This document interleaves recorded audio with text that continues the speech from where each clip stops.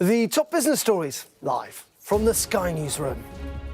Thames Water is dealt a fresh blow after a private equity group pulls out of a rescue plan to inject billions to keep the company afloat. The Chancellor is set to approve a new Manchester-Liverpool rail link as part of a £113 billion infrastructure upgrade. And the government's also threatened to sue ex-Chelsea owner Roman Abramovich and seize the proceeds from the club's sale.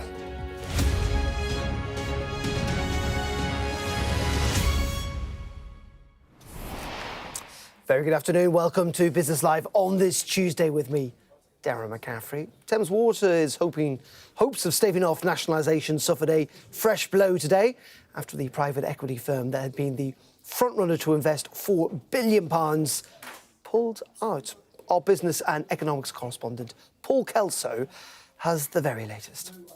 Thames Water is once more in danger of sinking after American investors KKR abandoned plans for a £4 billion equity stake to keep afloat a company already loaded with almost £20 billion in debt that's failed to prevent sewage pollution, to the fury of campaigners. We need to remove polluting for profit, and we need to remove the monopolistic financial engineering, exploitive behaviour of these companies. I think that with KKR pulling out of the Thames Water deal this morning, that now forces the issue, and in reality, government should put Thames Water into special administration, and it should do so today. Thames's latest crisis coincides with a plan to clean up the financial and environmental mess of our privatised water system. An independent review by a former Bank of England Deputy Governor who sees deep-rooted failures and no simple solution. I think we need a number of changes. We need more effective regulation. We need to get investors into the industry who are there for the long term.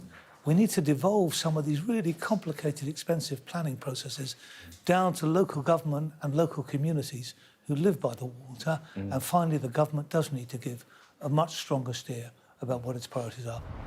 The challenge for any plan is that UK water companies are no longer seen as a safe long-term bet for investors. Amid political and public pressure, they're demanding higher returns, and that means higher bills. Investability is really important. We need something like £13 billion from shareholders over the next couple of years to support an unprecedented level of investment in the infrastructure, over £100 billion. The shareholders need to put that money in to finance the many projects that are now coming forward. With its preferred bidder KKR having walked away, Thames Water will now turn to its creditors for an alternative bailout plan that could see billions of pounds of debt swapped for an ownership stake in the company. If that fails, then nationalisation may be the last and only option. Thames Water hope a deal can be done later this summer. If not, the company and the promise of privatisation could be sunk. Paul Kelso, Sky News. Well, earlier I spoke to the chief executive of one of Europe's biggest banks, which also happens to be a key lender to Thames Water. I asked Stephen van Rijswijk whether he was concerned about the state of the water industry and whether he still believes that utilities in Britain are investable. Clearly, you've seen, of course, that we had a stake in Thames Water, but we do not comment on the situation as such for individual clients. We never do that. In general, I think it is important that also for industries that have a clear utility function, that we look both within the private and public sector, how we can find solutions for that. That doesn't only go for the UK, for example, but it also goes for other markets as well. So that is important to follow, and I'm keen to see what will happen going forward. But just very, very finally, you still think that, you know, the UK, its water industry is somewhere that is investable? Look, I mean, there are many different segments of different markets, also in the water industry. Some are more publicly oriented, some more privately oriented. We do still think that there are elements of the UK water industry that are interesting to invest in, and we will continue to look at that in that fashion. Well, joining me now is Alex Jay, Head of Insolvency and Asset Recovery at the law firm Stewarts. Alex, very good afternoon to you. It's fascinating, this, isn't it, the legal complexity here too, not least of all for creditors, and the billions of pounds that they've put into not just Thames Water, but other water companies too? Oh, well, that's absolutely right. I mean, it's a very challenging situation. A huge amount of money has been invested into the water companies. There are a number of stakeholders who have different interests. And when you have a business like Thames Water carrying this much debt, restructuring it is not simple, as is being proven by the course of events we're seeing now. And just in terms of what the rights are for creditors, what are they? How far can they go with this to try and get some of their money back? Well, creditors have a number of options. They can try to put forward a plan. If the KKR plan, as appears to be the case, is no longer on the table, they can try to put forward an alternative plan to refinance, to restructure Thames Water. That will need to go through a process, and it will need to be approved by the courts, most likely. If they can't do that, Thames Water obviously cannot be allowed simply to fail. It cannot stop acting, it cannot stop supplying water. And the only alternative in reality would be special administration. If the company goes down a special administration route, then independent professionals are going to come in, keep the company alive, keep it trading and supplying customers at a fairly significant cost, and ultimately look for a buyer to come in to take on the company. But that will be a very different kind of process if it goes down that road. Well, what about nationalisation, though? What if the government took it over, even in the short term? Well, I think when we talk about nationalisation, we're talking about special administration in the short term, which is the government appointing people to run it, to keep it going, as I say, to keep it supplying water. We saw a similar process, for example, with Bulb, when the energy companies were, of course, all facing difficulty and special administrators were appointed there. Now, that is not a permanent nationalisation. Special administration is a temporary measure to keep Thames Water going while a long-term solution is found. And you'd normally expect the long-term solution to be a sale of Thames Water to another private company. The same thing happened with Bulb. Bulb was ultimately sold to Octopus, I believe. So that will be a temporary nationalisation, I suppose you could call it. OK, Alex Shea, really interesting stuff, pretty complex stuff too. Really appreciate your time this afternoon from the law firm Stewarts there. My pleasure. Now, the Chancellor has signed off plans for a Manchester-Liverpool railway line as part of an infrastructure package worth at least £113 billion. The plans also include urban transport upgrades across the country in a bid to boost growth outside of London and the South East. Delighted to say we can speak to a writer and railway historian, Christian Walmar, who joins us now. Very good afternoon to you. Good afternoon. What do you make of this, a railway line between Manchester and Liverpool? Yeah, well, we've been there 200 years ago. I think you're being a little bit optimistic by saying that the Chancellor has signed it off. We've been here before. In 2014, we had Northern Powerhouse Rail. We've had the integrated rail plan. We've got Transport for the North involved in this. And really, it just shows that there's no coherent way forward after the collapse of HS2. Now, it would be great to get a new line between Liverpool and Manchester. But the idea that this is going to happen anytime soon, I mean, they're talking of starting work in the 2030s at the earliest, is really far-fetched. And really, I'd like to see rather more coherent kind of idea of what this means before giving it an endorsement. And Christian, this is a reminder, isn't it, I think, particularly for people who live in the south of England, just the stark differences almost between transport links between some of the major cities in the north of England compared to places down south. Absolutely. I mean, it takes most trains between Liverpool and Manchester about 53 minutes. Now, in 53 minutes from London, you can get all the way to Peterborough.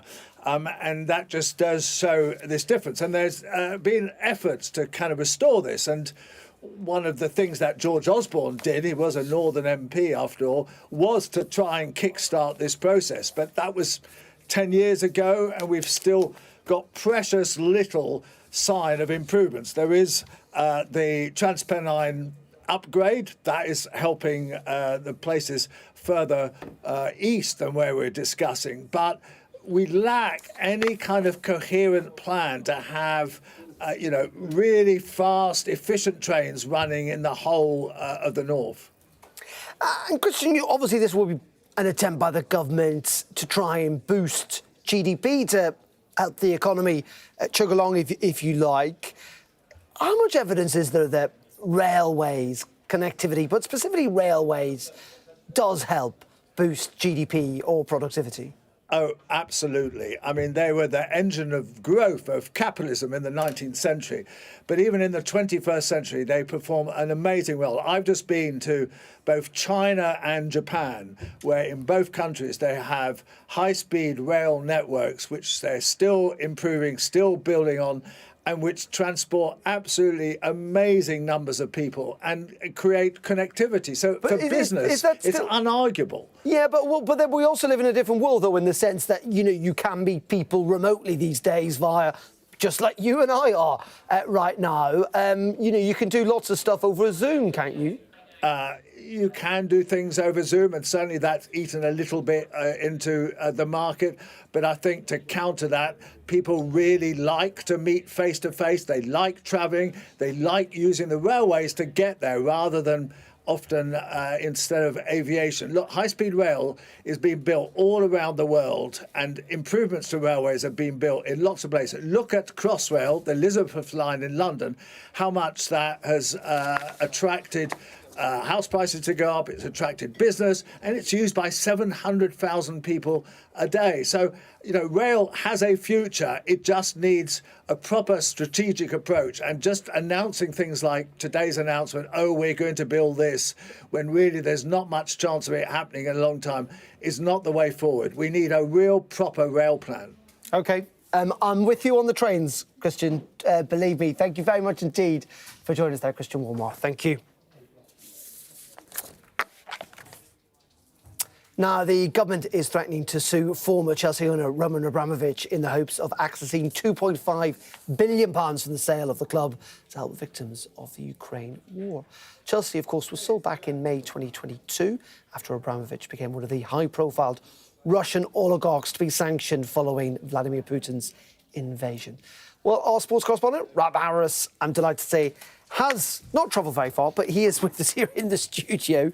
Rob, very good afternoon to you. Just talk us through what's gone on here, because this is a bit of a long-running saga at the moment, isn't it? Yes, deep frustration, the message from the government, this statement from the Chancellor Rachel Reeves and the Foreign Secretary David Lammy trying to end this impasse. And that's been going on for 3 years since the sale was completed, the enforced sale of Chelsea Football Club in May 2022. Now, Roman Abramovich said that he wanted the proceeds of the sale of the club to go to all victims of the war. The government, Conservatives at the time, now Labour supporting that message, believe it should go to help humanitarian causes in Ukraine. So the £2.5 billion proceeds of the sale of Chelsea remain in a frozen account. And they do remain in this frozen account. What are the hopes that the government will be able to get access to them? I mean, what mechanisms have they got? What levers? Well, they're ratcheting up the rhetoric. They're saying they could go to court to force the approval from Abramovich, because they need effectively his approval to get the licence that allows the funds to be released. Chelsea, of course, sold to Todd Bowley and Clear Lake Capital 3 years ago. Abramovich remaining sanctioned. We've not really heard much from him in the 3 years since the war started. He's neither publicly condemned or supported the war. Both would bring risks and consequences. So is he biding his time, perhaps for the sanctions to be lifted? Still many questions around his business dealings, the links to the Kremlin and Vladimir Putin, which he does deny. But certainly it does need his approval. We've never had the details from the government on the specifics of the sanctions and the licence that had to be put in place to even force the sale of Chelsea. And just very finally on this, Rob, it is a reminder, of the complex issue of football and money, in the sense that we've seen a lot of foreign money kind of go into the Premier League in the last couple of decades or so, and that creates its own problems, doesn't it? Or at least poses some questions. Yes, questions that have started really enforced since Abramovich was sanctioned. Should in 2003, when he bought Chelsea, there'd been deeper scrutiny of where his money was coming from. A lot of scrutiny over how he accumulated his wealth in the 1990s with the breakup of the Soviet Union, what happened to those former state enterprises. There have been investigations into that. Abramovich has always denied any wrongdoing. He's gone to court on several occasions as well to defend his reputation. Before then, these sanctions came in place at the start of the full-scale invasion of Ukraine by Russia.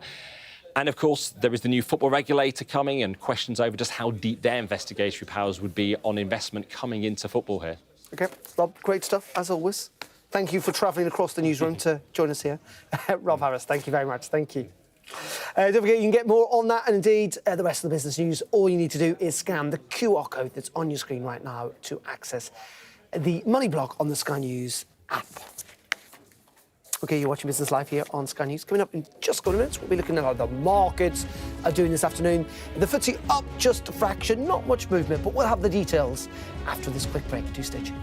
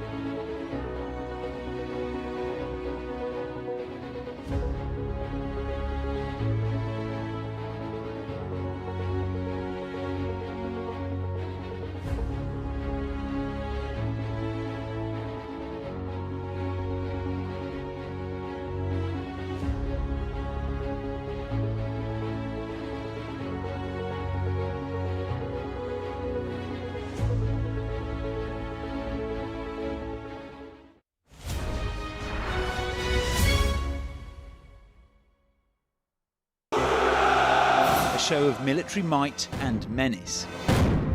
Why should the West trust you? Frankly, I don't care whether the West trusts us or not.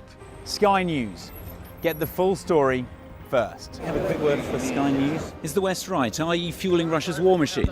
American journalist Evan Gershkovich is on trial here, but was first on display. I'm Ivor Bennett, Sky's Moscow correspondent.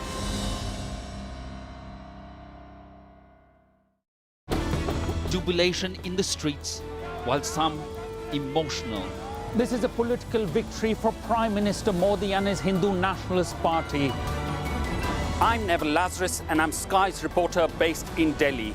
Companies like these are helping India in its trajectory to be a serious player in space exploration. Sky News, get the full story first.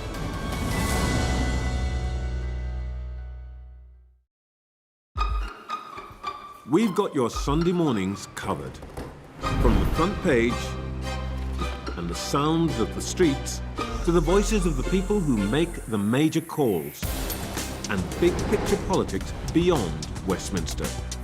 We'll put you at the heart of our story. I'm ready. Are you? Join me, Trevor Phillips, Sunday mornings on Sky News. Staying connected is vital for business. Sky Business sponsors this report.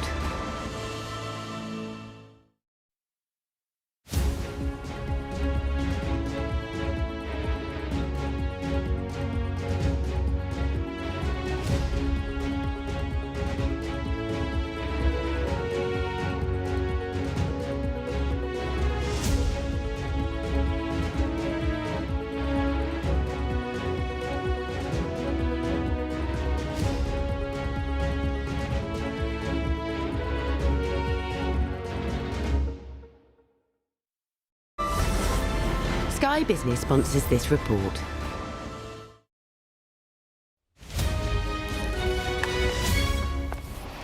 Everyone back to Business Live. Let's have a look at how the markets are doing this afternoon. We can speak to Ross Moles from AJ Bell. Very good afternoon to you, Ross. Let's start, if we can, about British American Tobacco, a company that you think, given all the regulations and the changes in consumer habits, would be under pressure, and yet it's suggesting it's going to see some sales growth. How's that coming up? Yeah, it's interesting. I mean, Boss today on Morocco, as you say, raising his revenue guidance for the full year, and the shares are almost at a 3-year high, and they're managing to offset that ongoing decline in cigarette sticks, which seems to be an inexorable trend, but they're managing to do it through higher prices, cost efficiencies, and trying to drive revenues in from what they call new categories, such as heated tobacco, oral pouches, and vaping, and they're doing a pretty good job. I'm sure that those investors who run environmental, social and governance screens won't be interested, maybe even unhappy about it, but the company remains very profitable, very cash generative. It's also got an Indian asset, shares in an Indian conglomerate. It's selling at very high prices at the moment, and the cash flow it's generating and the money it's getting from those sales is then returning a big chunk of that to shareholders. Yeah, and it's a reminder that it is a global business.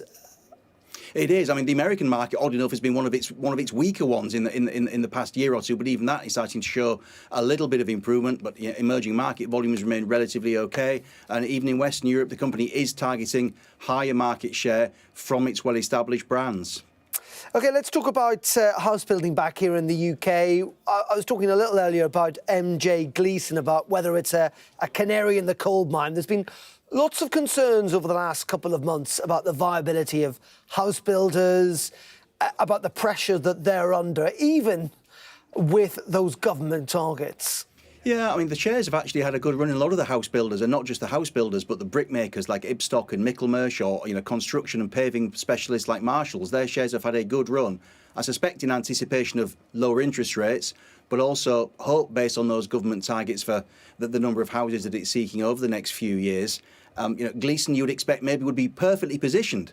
Its average selling price is, what, £180,000 to £190,000, so affordable housing, you would like to argue, but it's come out with a profit warning today.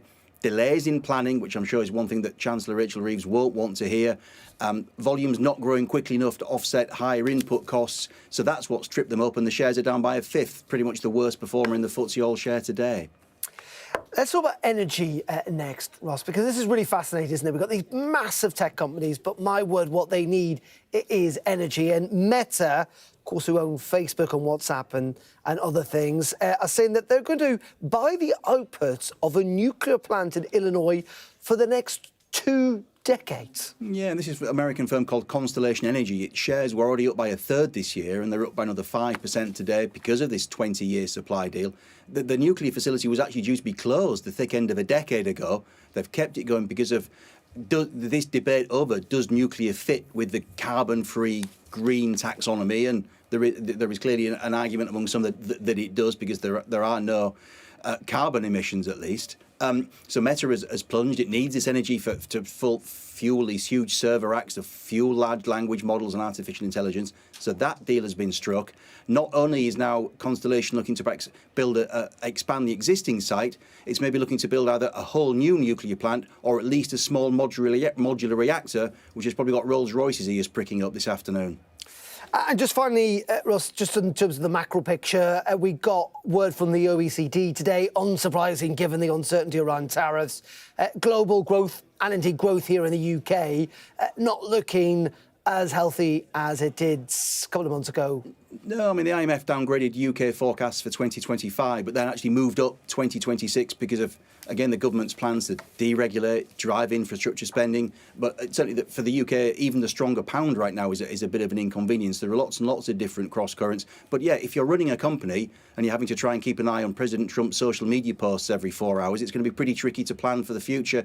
And so you probably just might be tempted to hold off on those hiring and investment decisions that you maybe would have made otherwise.